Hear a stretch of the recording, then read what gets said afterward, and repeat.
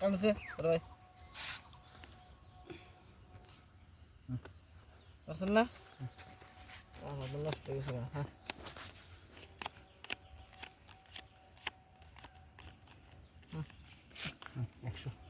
একশো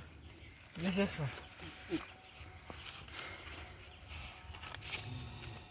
তো বসে তুই এখন নিয়ে না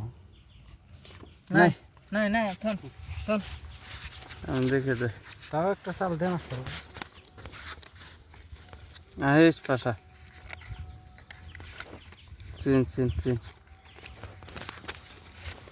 এই 200 না দেখে